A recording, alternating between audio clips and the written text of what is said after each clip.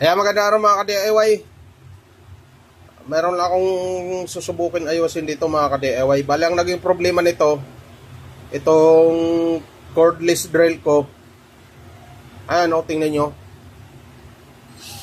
Yan o. Maapoy. Yan, umusok na. Yan, di na umandar. Yan ang naging problema niya. Sunog na nga. Yan o. Umaapoy siya. Umuusok. Yan, umusok na. Bali yan yung nagiging problema niya mga ka-DIY. Umuusok. Tingin ko dito sa may motor niya eh. Baka nag-short circuit na yan. Kaya susubukan ko tong buksan. Tapos mayroon akong in-order sa online na pamalit. Di ko lang alam kung ano to. Kung kakasya yung motor. Mali kasi dapat binuksan ko muna to bago ako nag-order online.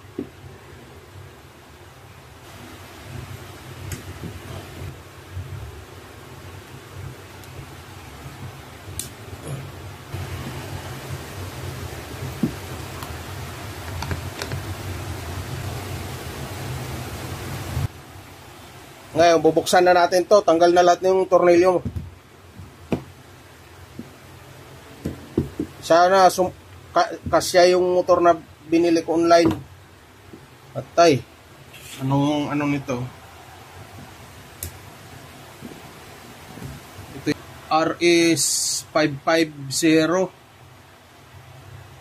21 volts. RS 550. Tapos ito naman yung in-order ko online. Sana mag-match sila. Yan, di pa nabuksan to. Ngayon ko lang bubuksan. Ayan.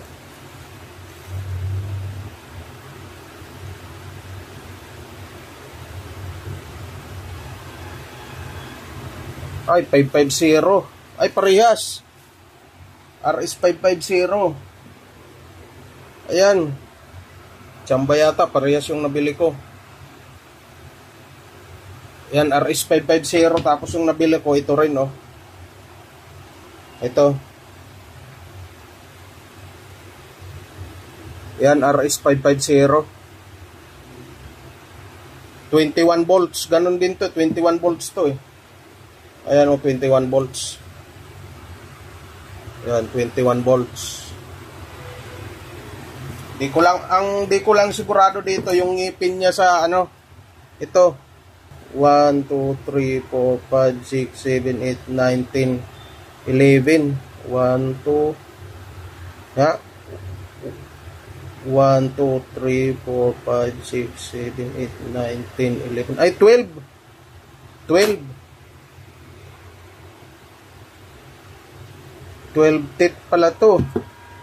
Pero buksan ko muna to para makita ko mga ka-DIY. Ayan, umpisahan na nating kalasin yung motor. Sana pumasok. Ito yung iniisip ko, baka hindi pumasok.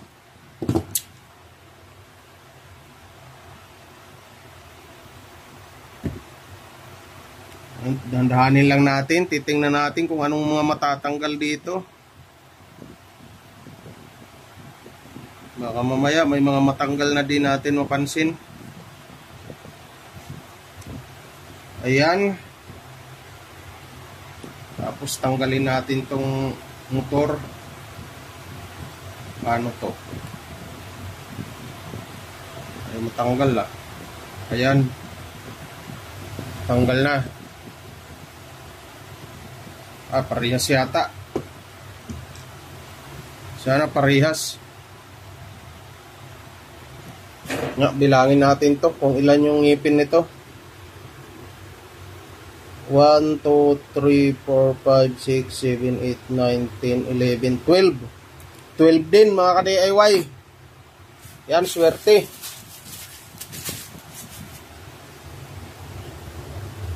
Swerte yung nabili ko. Kamats lang.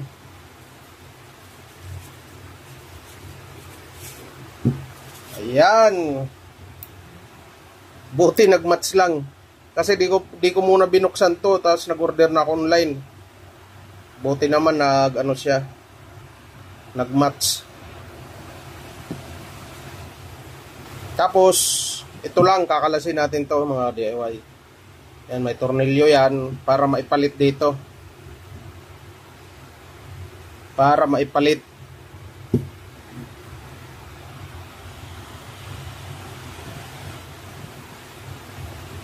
Yan, tanggalin natin.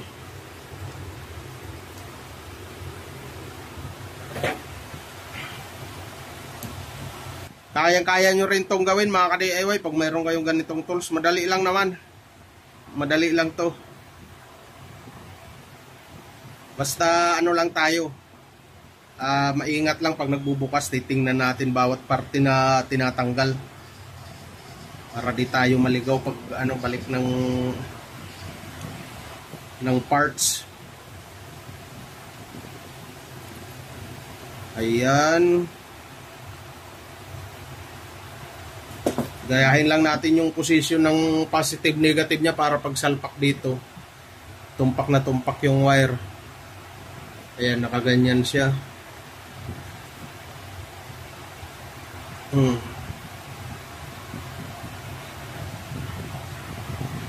Yan, nailipat na natin dito sa bagong motor.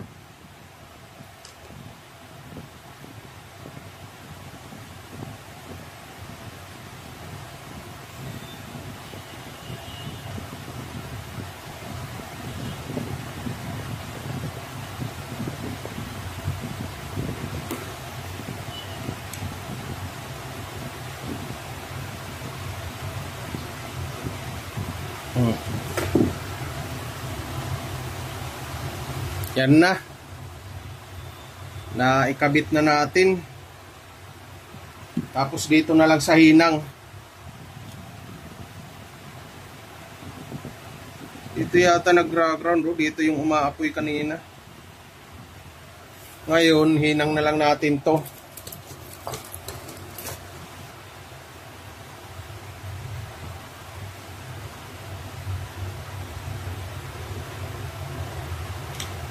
Dito may palatandaan naman sa niya, polarity.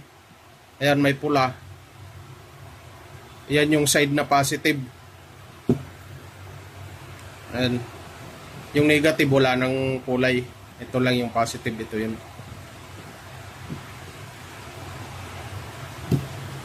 Tapos tanggalin natin dito sa kabila.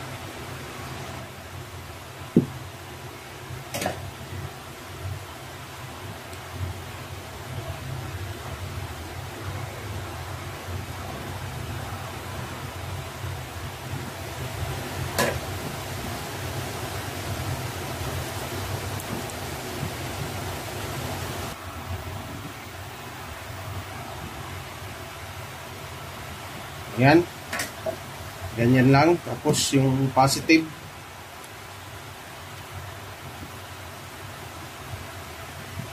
Ito yung luma.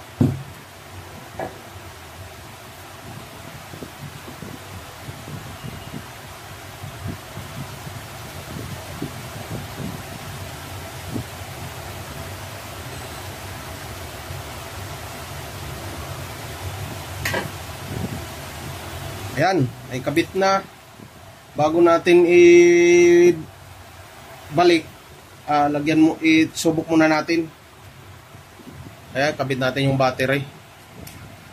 Ayan, kakabit ko yung battery para matesting ko kung iikot. Ayan, no.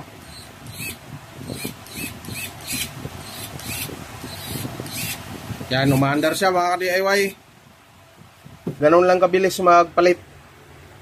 Tapos dito salpak lang to.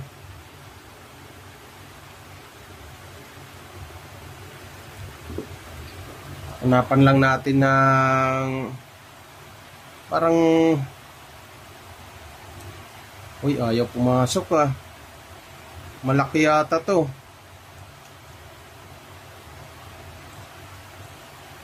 Yun lang, ayaw pumasok.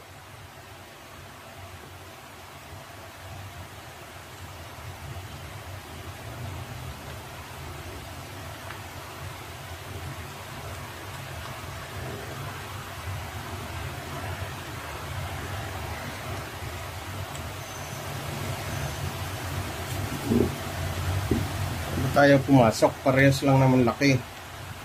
O mas malaki tong isa.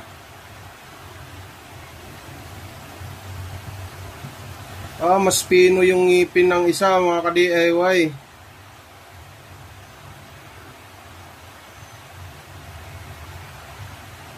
Mas pino. Kaya ayaw pumasok. Yun lang yung problema dito.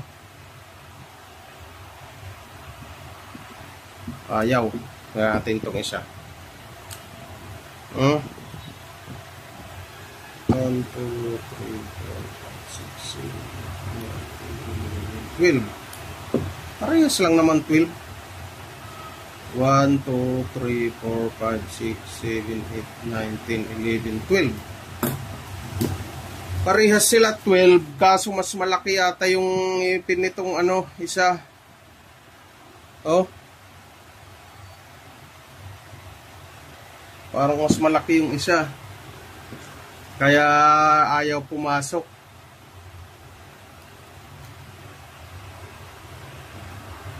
Kahit anong hanap ko ng gawi dito,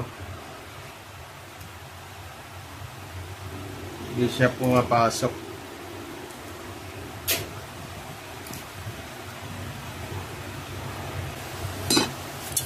Susubukan ko tong tanggalin mga ka-DIY. Tapos ililipat ko dito sa kabila. Ayan na mga ka-DIY, medyo natagalan ako dito tanggal. Ayan o. Tinanggal ko dito sa luma. Ito yung sira eh. Yung gear niya dito, pinalit ko dito.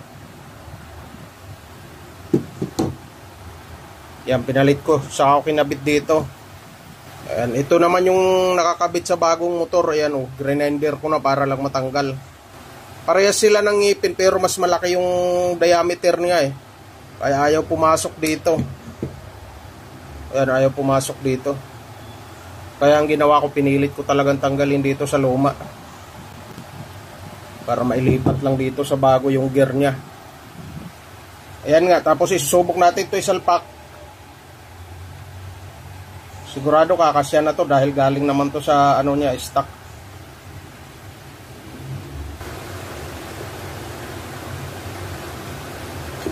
Anuhan lang natin para maipasok.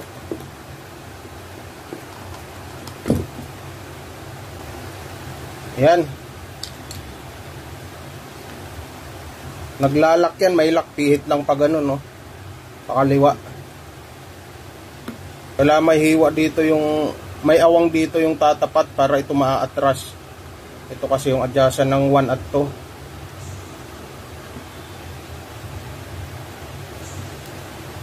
Yan, pandarin natin uli. Yung gagana. Yan, kabit natin yung battery. Yan mga ka-DIY oh. Uy, umalas.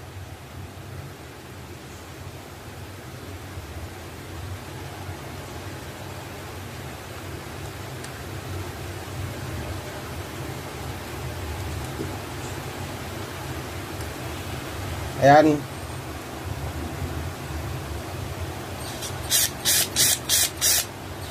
Wala nang apoy sa ano dito.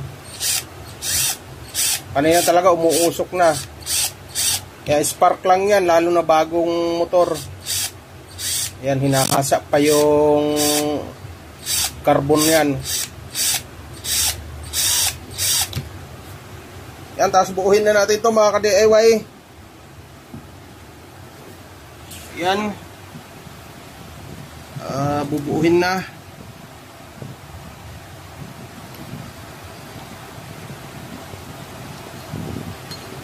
Dito to.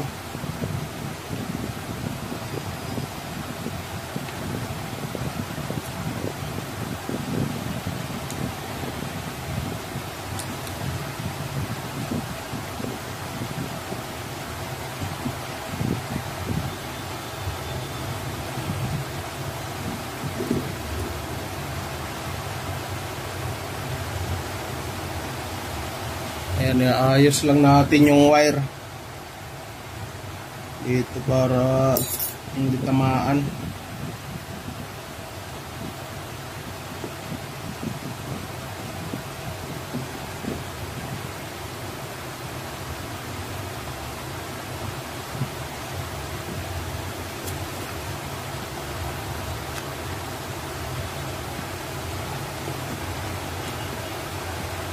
Tapos yung wire dito.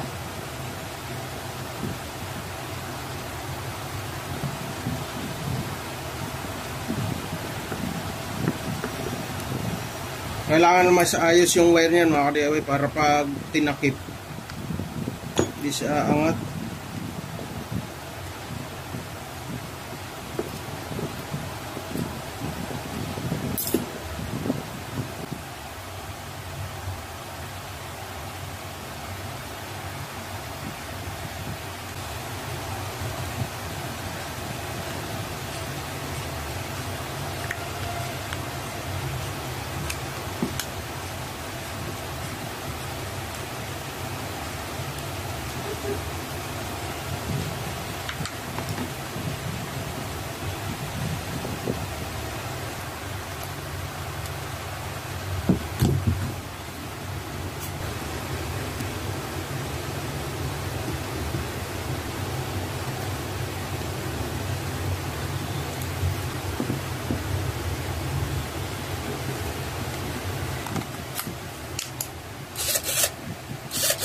Na mga ka-DIY, goods na naman.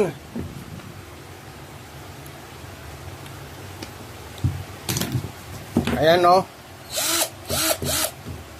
Ayan, wala na yung usok.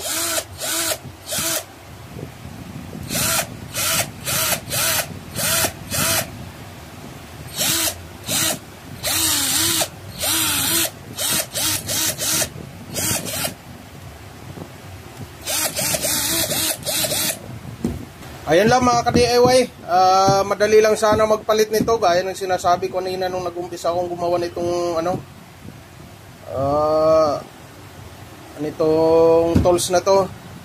Yun nga lang, natagalan ako dito sa pagtanggal ng gear niya dito. Kasi yung gear ng bagong motor hindi kumasya dun sa planetary gear. Kaya naobliga akong tanggalin yung luma dito sa yung lumang gear. Yun lang yung nagpatagal. Gaya ng sinabi ko rin kanina nung umpisa ng video ko, hindi ko muna binuksan bago ako bumili ng parts. Dapat talaga titingnan yung label. Ayan, mas maganda talaga tingnan muna yung label na to.